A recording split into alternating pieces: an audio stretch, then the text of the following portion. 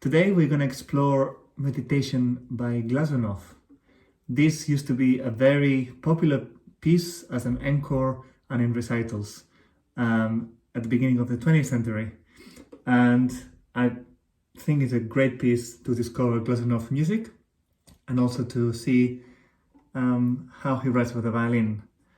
And hopefully you get to listen to more of his music, like his violin concerto, which is super beautiful. Enjoy!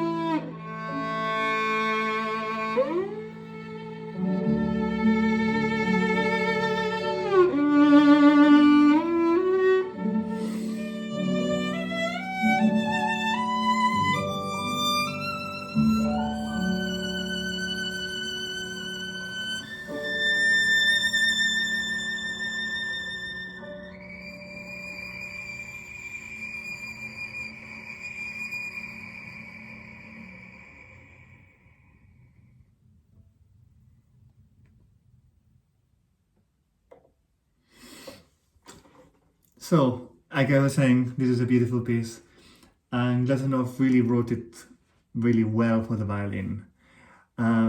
He really explores the whole of the violin from the G string all the way to the top of the E string.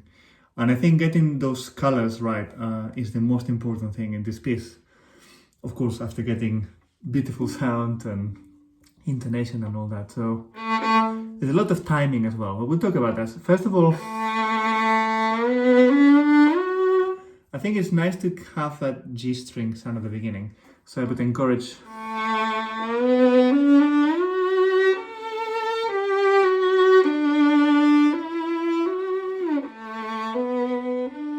the first phrase to be in the G string, then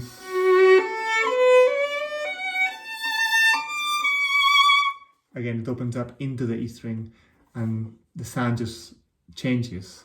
But it's nice to start to have that darker sound that is so typical of the older Russian composers like Tchaikovsky and Borodin. He really encapsulated that in this piece. And then later on,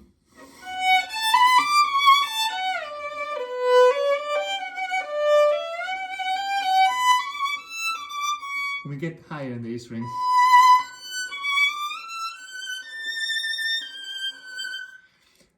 to get that different sound that we want on the E string, we definitely, to get that shiny sound, we need to use more bow compared to the G string, and quite a light one as well.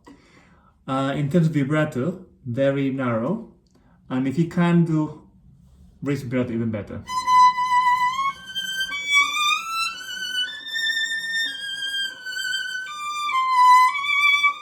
Change.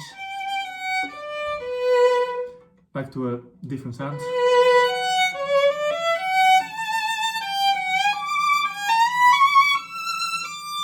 Back on the E string.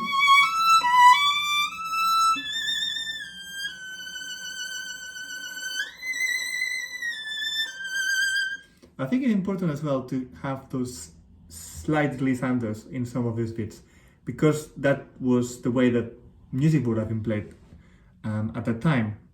And although we don't play exactly the same way that we used to play 100 years ago, I think it's important to incorporate some of those tasteful glissandi. And if it's possible, with vibrato as well.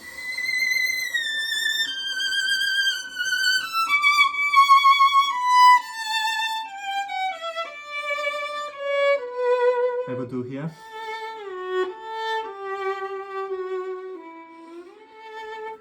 Now here I would stay on the fourth position when we get to tempo primo in bar 22.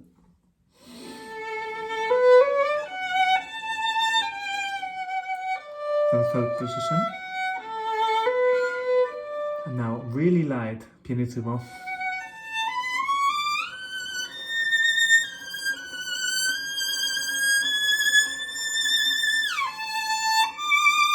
And we do a little crescendo just at the end of that second bar of the crescendo. Don't do it too early, so that then we change the tone again. We go from really quiet into a different key.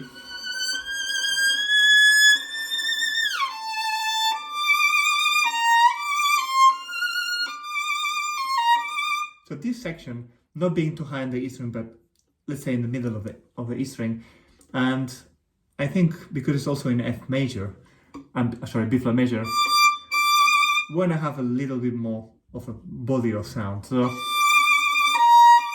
little bit more into the string, not too much because of the E string, but a little bit heavier.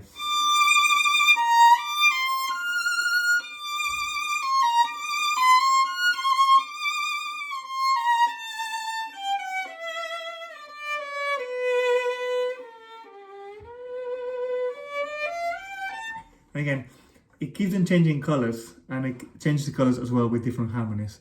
So I suggest that we really work on listening to the violin and the piano part together, or the orchestra with the original, and also looking for different tone colors, whether it's different vibrato, different amount of bow that we use, where in the bow we're playing, how heavy or light we're playing. I think this is really important, and also the kind of vibrato. Now let's just address the really high bit at the end. So this is 38.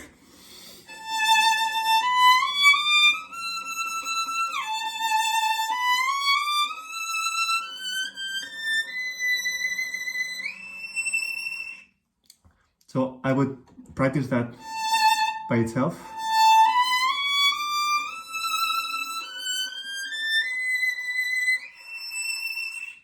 Just checking that the intonation is correct. Same thing for the ending.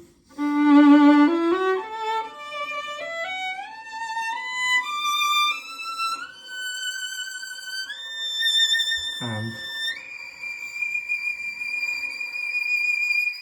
the last note is so quiet and so high that we need to use a lot more bow, very light.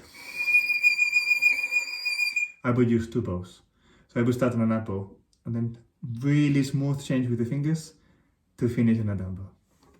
I hope this helps and enjoy the piece.